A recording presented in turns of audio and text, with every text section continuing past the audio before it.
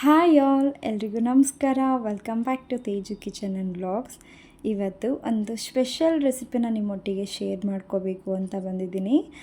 ಇತ್ತೀಚೆಗೆ ತುಂಬ ವೈರಲ್ ಆಗಿದ್ದಂಥ ಟೇಚಾ ರೆಸಿಪಿನ ಬಳಸ್ಕೊಂಡು ಇದರಿಂದ ಎಗ್ ಫ್ರೈಡ್ ರೈಸ್ ಮಾಡೋದು ಹೇಗೆ ಅಂತ ನಾನು ತೋರಿಸ್ತಾ ಇದ್ದೀನಿ. ಮೊದಲು ಒಂದು ಕಡಾಯಿ ಬಿಸಿ ಆಗಿದ ನಂತರ 1 ಟೇಬಲ್ ಸ್ಪೂನಷ್ಟು ಆಯಿಲ್ನ ಹಾಕ್ಕೊಂಡು 1 ಗೆಡ್ಡೆ ಬೆಳ್ಳುಳ್ಳಿ, 2 ಹಸಿ ಮೆಣಸಿನಕಾಯಿ, 1 ಟೇಬಲ್ ಸ್ಪೂನ್ ಆಗೋಷ್ಟು ಕಡಲೆ ಬೀಜ, ಇದನ್ನು ಆಲ್ರೆಡಿ ಹುರಿದು ನಾನು ಸಿಪ್ಪೆ ತೆಗೆದು ಇಟ್ಕೊಂಡಿದ್ದೆ. ಸೊ ಇದಿಷ್ಟು ಇಂಗ್ರೀಡಿಯೆಂಟ್ಸ್ನ ಹಾಕ್ಕೊಂಡು ಸ್ವಲ್ಪ ಹೊತ್ತು ಫ್ರೈ ಮಾಡ್ಕೋಬೇಕು. ಇದನ್ನೆಲ್ಲ ಸ್ವಲ್ಪ ಹೊತ್ತು ಫ್ರೈ ಮಾಡಿದ ನಂತರ 1/4 ಟೇಬಲ್ ಸ್ಪೂನಷ್ಟು ಜೀರಿಗೆನ ಹಾಕ್ಕೊಂಡು ಚೆನ್ನಾಗಿ ಹುರ್ಕೋಬೇಕು. ಲಾಸ್ಟಲ್ಲಿ ಸ್ವಲ್ಪ ಕೊತ್ತಂಬರಿ ಸೊಪ್ಪನ್ನ ಹಾಕ್ಕೊಂಡ್ರೆ ಮೇನ್ ಟೇಚಾ ರೆಡಿ ಆಗುತ್ತೆ. ಇದನ್ನು ಲೈಟಾಗಿ ಸ್ವಲ್ಪ ಬಾಡಿಸ್ಕೊಂಡ್ರೆ ಸಾಕು. ಒಂದೇ ಥರ ಎಗ್ ರೈಸು ಮತ್ತು ಫ್ರೈಡ್ ರೈಸು ಮಾಡಿ ಬೇಜಾರಾಗಿದ್ದರೆ ಈ ರೀತಿ ಒಂದು ಸಲ ಟ್ರೈ ಮಾಡಿ. ಮನೆ ಮಂದಿಯೆಲ್ಲ ತುಂಬಾ ಇಷ್ಟಪಟ್ಟು ತಿಂತಾರೆ. ಕೇವಲ 10-15 ನಿಮಿಷ ಇದ್ದರೆ ಸಾಕು. ಈ ರೆಸಿಪಿನ ತುಂಬಾ ಕ್ವಿಕ್ಕಾಗಿ ರೆಡಿ ಮಾಡ್ಕೋಬೋದು. ಹುರಿದಿಟ್ಕೊಂಡಿರುವಂಥ ಮಸಾಲ ಎಲ್ಲ ತಣ್ಣಗಾಗಿದ ನಂತರ ಕುಟಾಣಿಲಿ ನಾನು ಕುಟ್ಕೊತಾ ಇದ್ದೀನಿ. ಸೊ ಕುಟಾಣಿಲಿ ಕುಟ್ಟೋದಕ್ಕೆ ಟೈಮ್ ಇಲ್ಲ ಅಂತ ಅಂದರೆ ಮಿಕ್ಸಿಗೂ ಕೂಡ ಹಾಕೋಬೋದು. ಈ ಟೇಚಾ ಮಸಾಲೆ ಪ್ರಿಪೇರ್ ಮಾಡ್ಕೊಳ್ಳೋವಂಥ ಟೈಮಲ್ಲಿ ನೀರನ್ನು ಸೇರಿಸ್ಕೊಳ್ಳೋದಕ್ಕೆ ಹೋಗಬೇಡಿ, ಹಾಗೆ ಡ್ರೈ ಆಗಿ ಕುಟ್ಕೋಬೇಕು. ಸೊ ತುಂಬಾ ನೈಸಾಗಿ ಏನೋ ಅವಶ್ಯಕತೆ ಇರಲ್ಲ. ಸ್ವಲ್ಪ ಎಲ್ಲ ಕಡಲೆ ಬೀಜ ಎಲ್ಲ ಚೆನ್ನಾಗಿ ಸ್ಮ್ಯಾಶ್ ಆದರೆ ಸಾಕು. ನಾನು ಇವಾಗ ತೋರಿಸ್ತಾ ಇದ್ದೀನಲ್ವ, ಈ ರೀತಿ ಎಲ್ಲನೂ ಕೂಡ ಸ್ವಲ್ಪ ಚೆನ್ನಾಗಿ ಬ್ಲೆಂಡ್ ಆದರೆ ಸಾಕು. ಸೊ ಇವಾಗ ಟೇಚಾ ರೆಡಿ ಆಗುತ್ತೆ.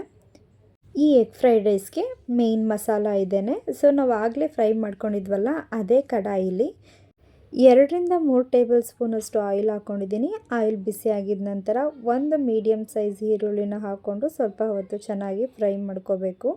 ಇದೆಲ್ಲ ಫ್ರೈ ಆಗಿದ ನಂತರ ಒಂದು 4-5 ಬೀನ್ಸು, 1 ಕ್ಯಾರೆಟ್ ಮತ್ತು ಒಂದು ಅರ್ಧ ಆಗೋಷ್ಟು ಕ್ಯಾಪ್ಸಿಕಮ್ನ ಚಿಕ್ಕದಾಗಿ ಕಟ್ ಮಾಡಿ ಹಾಕ್ಕೊತಾ ಇದ್ದೀನಿ. ಇದಕ್ಕೆ ಸ್ವಲ್ಪ ಬೇಕಾಗಿದ್ದರೆ ಕ್ಯಾಬೇಜನ್ನು ಕೂಡ ಹಾಕೋಬೋದು, ಆದರೆ ನಮ್ಮ ಮನೇಲಿ ಕ್ಯಾಬೇಜ್ ಇಲ್ದಿದ್ದರಿಂದ ಅದನ್ನು ಸ್ಕಿಪ್ ಮಾಡಿದ್ದೀನಿ. ಸೇಮ್ ಫ್ರೈಡ್ ರೈಸಿಗೆ ಯಾವ ರೀತಿ ನೀವು ತರಕಾರಿಗಳನ್ನ ಫ್ರೈ ಮಾಡ್ಕೊತೀರಾ ಅದೇ ರೀತಿ ಒಂದು ಸ್ವಲ್ಪ ಶಾಲೋ ಫ್ರೈ ಆಗೋ ತನಕ ಫ್ರೈ ಮಾಡಿದ್ರೆ ಸಾಕು. ಸ್ವಲ್ಪ ತರಕಾರಿ ಬೆಂದ ನಂತರ ಆಗಲೇ ನಾವು ರೆಡಿ ಮಾಡ್ಕೊಂಡಿದ್ವಲ್ವ ಟೇಚಾ ಮಸಾಲ, ಅದನ್ನು ಹಾಕ್ಕೊಂಡು ಸ್ವಲ್ಪ ಹೊತ್ತು ಹುರ್ಕೋಬೇಕು ಚೆನ್ನಾಗಿ. ಯಾಕಂದರೆ ನೀಟಾಗಿ ಮಸಾಲ ಎಲ್ಲ ಸ್ಪ್ರೆಡ್ ಆಗಲಿ ಅಂತ. ಇದನ್ನು ಸ್ವಲ್ಪ ಫ್ರೈ ಮಾಡಿದ ನಂತರ 2 ಮೊಟ್ಟೆನ ಒಡೆದು ಹಾಕ್ಕೊತಾ ಇದ್ದೀನಿ.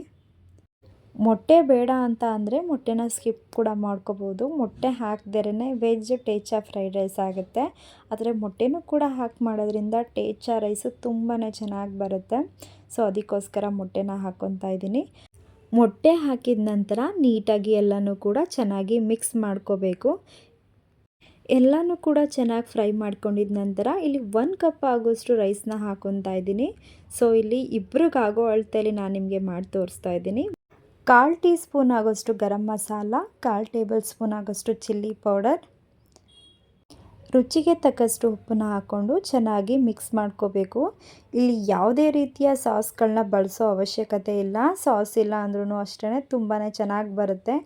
ಮನೇಲಿ ಹೆಲ್ತಿಯಾಗೇ ಎಗ್ ಫ್ರೈಡ್ ರೈಸ್ನ ನಾವು ಆರಾಮಾಗಿ ಮಾಡ್ಕೋಬೋದು. ಮತ್ತು ಮಕ್ಳಿಗಾಗಲಿ ದೊಡ್ಡವರಾಗಲಿ ಎಲ್ಲರೂ ಕೂಡ ತುಂಬಾ ಇಷ್ಟಪಟ್ಟು ತಿನ್ನುವಂಥ ರೆಸಿಪಿ. ಇದೆಲ್ಲನೂ ಕೂಡ ನೀಟಾಗಿ ಮಿಕ್ಸ್ ಮಾಡ್ಕೊಂಡಿದ ನಂತರ ಲಾಸ್ಟಲ್ಲಿ ಸ್ವಲ್ಪ ಕೊತ್ತಂಬರಿ ಸೊಪ್ಪನ್ನ ಆ್ಯಡ್ ಮಾಡ್ಕೋಬೇಕು.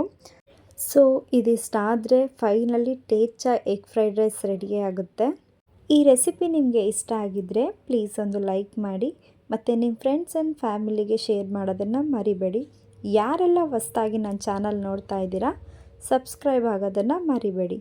Thank you for watching.